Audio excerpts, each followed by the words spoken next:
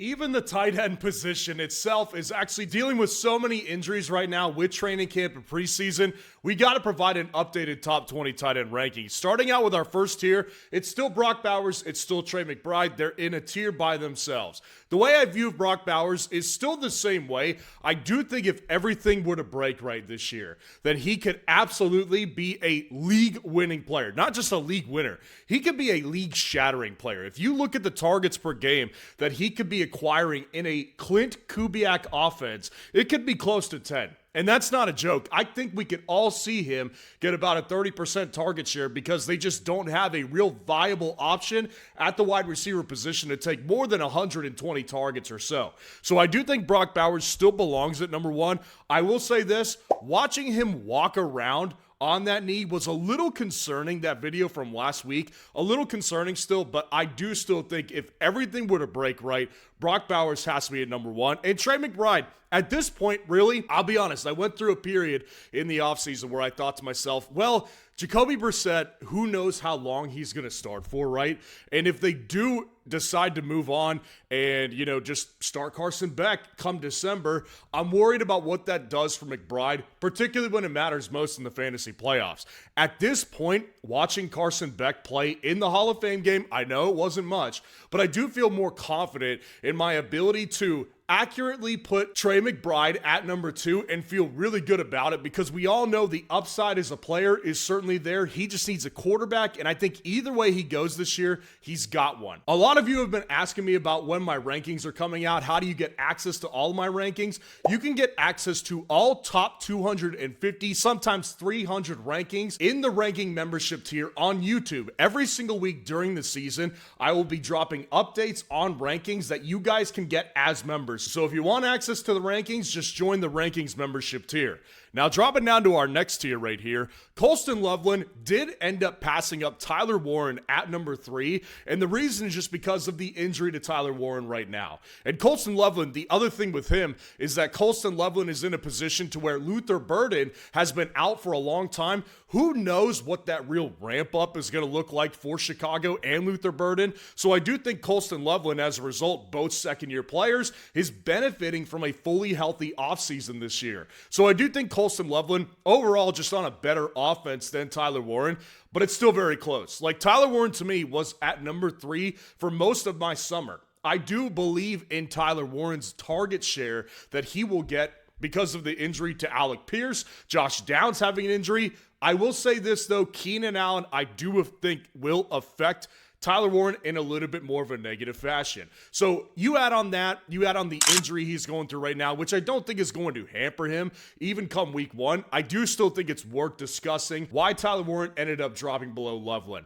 Now, number 5 and 6, I've got Tucker Kraft and Harold Fannin, and I still think that they belong in this tier, but they've obviously both got their issues. Tucker Kraft, I think a lot of people were hopeful that he was going to start out the year fully healthy, and then there was just going to be no time frame where in the beginning of the season he was just going to need to ramp up. Well, he basically clarified that himself a couple weeks ago, saying they're going to cap my work for at least a little bit here. So we can all expect at this point reasonably that Tucker Kraft is going to go through a period of time where they're going to minimize his targets, they're going to minimize his work on a game-by-game basis and just take it from there. So from that perspective, he does become a little bit more of a risky pick, but I still do think the price ultimately can be worth it, especially if he's healthy towards the back of the year. We all know the potential the guy has. Now, when it comes to Harold Fannin, man, it just sucks. I mean, it just flat out sucks. Cleveland names Deshaun Watson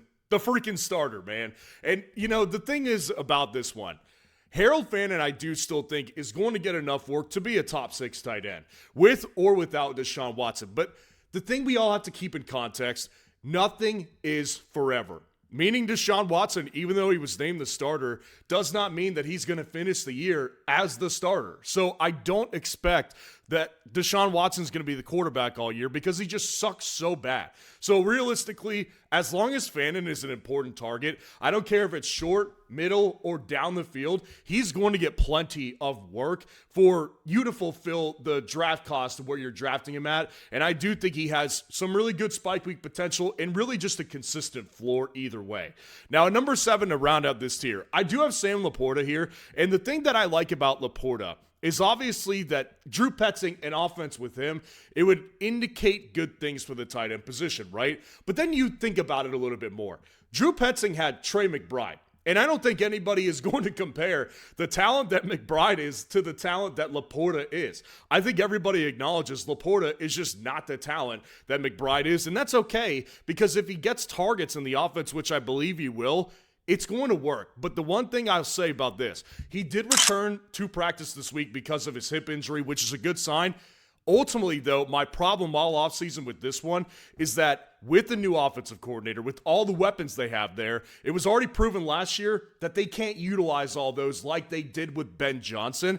If Drew Petzing prefers Jamison Williams, Sam LaPorta is going to suffer. So Sam LaPorta, Jamison Williams, they're very fluid in my rankings, and I think one of them probably will bust, and I'm hoping it's not Sam LaPorta for y'all's sake. Now, dropping down to the next tier right here, Kyle Pitts is at 8. I don't think he belongs in the tier above him. The way I think about this one is that Kyle Pitts is in position to where people want to assume that if it's Tua Tagovailoa as the starter, he's going to target Kyle Pitts ad nauseum, and I agree with that. But what have you seen from Tua to indicate that this is a positive move for the franchise to maximize fantasy points? Because I haven't seen that.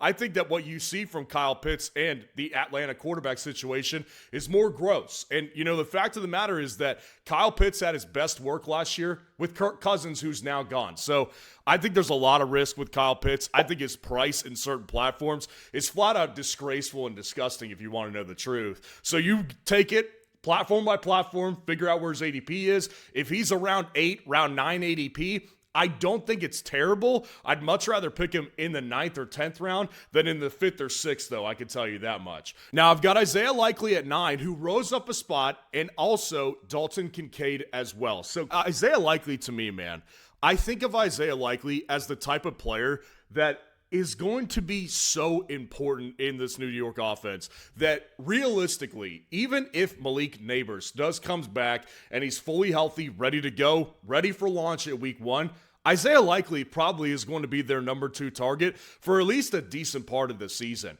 You know, the only problem I see with Isaiah Likely is if the guy gets injured. He doesn't exactly have the greatest injury history, so that is a concern for me personally. But I also do think that Isaiah Likely is just in too good of a position that he never was in Baltimore to really fulfill what he can do, because the guy is super athletic. So I do see Isaiah Likely as a 5 to 6 target per game type of guy, and I think that's going to really help people where you're getting him at in drafts.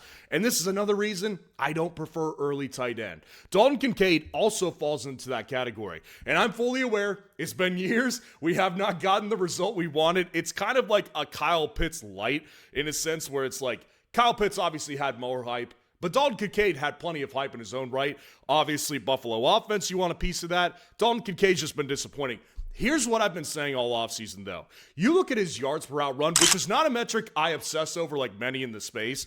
That number is dominant for him. I mean, he was really, really dominant and efficient in that category last year that I think if you look at the tea leaves of what happened with the injury that he had, it never really got better. From his words, he feels like the best he's ever felt, and I do think that with Dalton Kincaid on a contract year, this could be a big year for him and a really big steal come draft time. Now, number 11 to round out the tier, Jake Ferguson. And honestly, like, he might actually have to move down a tier. He dropped 2 spots as is.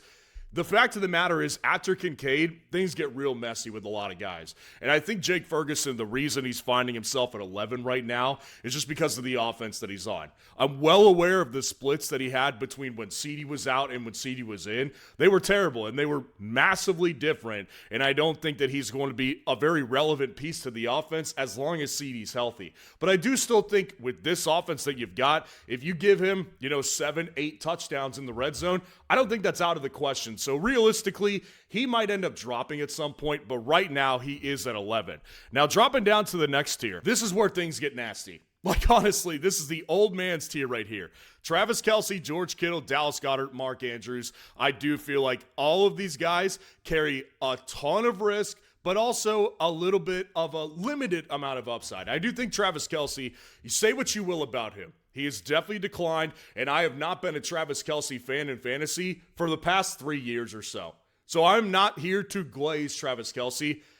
Bottom line, though, the dude's going to get work. Like, they just don't have enough weapons outside of him for them to actually say to themselves, you know what? I think we could actually move on from Kelce and kind of have him be an afterthought this year when your best guy is Rashee Rice, who maybe isn't the same player, and also Cyrus Allen, an undrafted rookie that you really don't know is actually good on a real football field yet. So with Travis Kelce, man, I just think it's kind of dumb to think he won't get like 5 targets a game.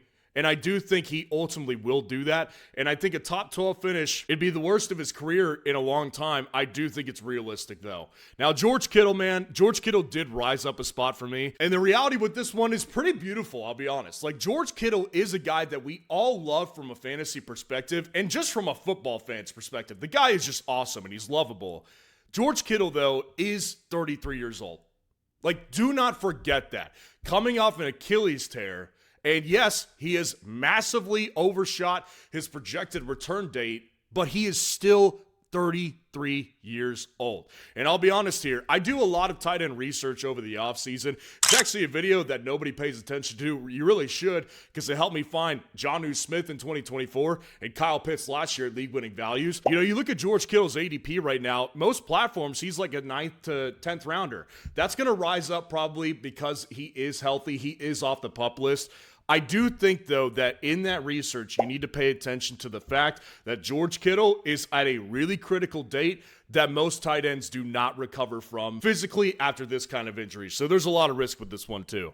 Dallas Goedert at 14. He did jump up 2 spots, and there's a tier jump that he made as well. And really the reason why is just because of the fact that Dallas Goedert can't not be important to this offense on some level. I mean, honestly, like without A.J. Brown, that already moves him up the pecking order in targets probably. Because Mekhi Lemon has been pretty much MIA the entire offseason. So realistically, I do feel like Dallas Goedert is in a position to where he's going to be able to maximize a lot of targets, especially early on. While Mekhi Lemon gets accommodated to the offense, you know, he needs to get acclimated in the system. But he will definitely be the number 2 option at the very best, behind Devonta Smith. Now, Mark Andrews at 15. He did drop 2 spots, and it's just because George Kittle and Dallas Goedert, they just both had to jump up over him. Because Mark Andrews, I have not heard a positive thing about the guy all summer. I mean, this is a guy who is definitely past his prime. We've seen the regression from this guy. And realistically, the offense looks like they're pivoting away from his importance now that Todd Monken and John Harbaugh are not there. This is an offense with Declan Doyle that they're trying to make a 3 wide receiver set most of the time. So I do think, honestly, Mark Andrews is just a guy that's just kind of, falling victim to new times. I don't think there's really a ton of upside here. I think in Mark Andrews' range and drafts, I think you might want to go with somebody else. Now, dropping down to the last tier right here, Brenton Strange and Chig Okonkwo are really back-to-back. You can kind of order these guys how you want to because they're both going to be dealing with target competition. My theory on why I have Brenton Strange ranked above Chig, these are both guys that fit the tight end research I was talking about really, really well for a potential breakout season. I'm not saying it's going to happen, but I am saying based on the research that's been very accurate the last 2 years, it has a good chance of happening to one of these guys.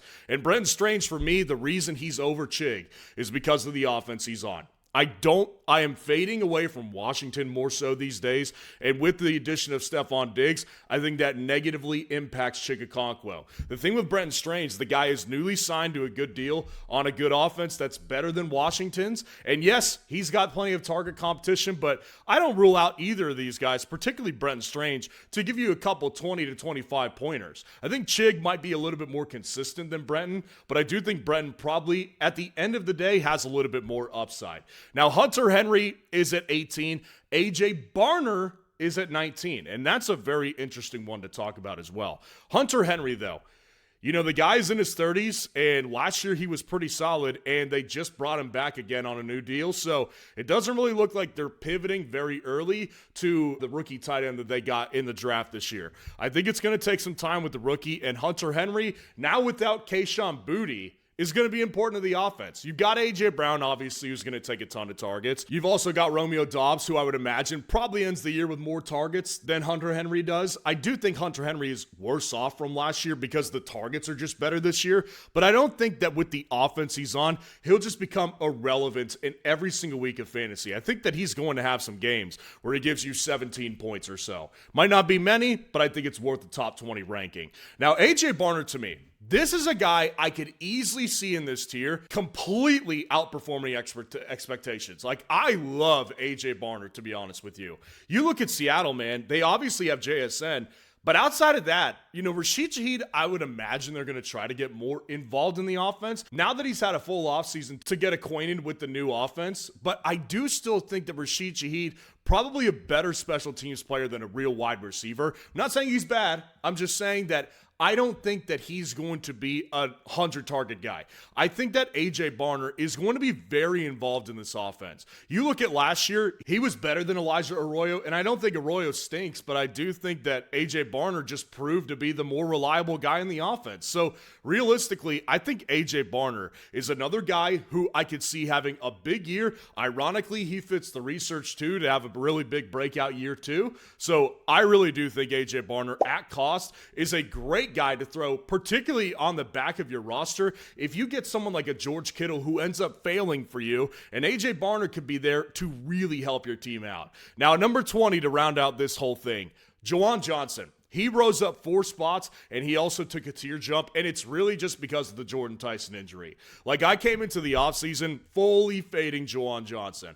The reality is that last year and this year looked a lot different. You know, they didn't have Jordan Tyson, they didn't have Bryce Lance, and I'm not saying Bryce Lance is going to be the real threat here. I'm just saying they've made a lot of improvements and a lot of effort has been taken on their part to improve the receiver room. So I do think they look at Juwan Johnson kind of like Mark Andrews as more of a fading asset. But the reality is now that Jordan Tyson is out for the foreseeable future, Juwan Johnson is going to be involved in this offense again. So let me know what you think about the rankings in the comments below. I appreciate you hanging out with me today. And if you want to see the top 20 quarterback rankings this year, click on this video right here.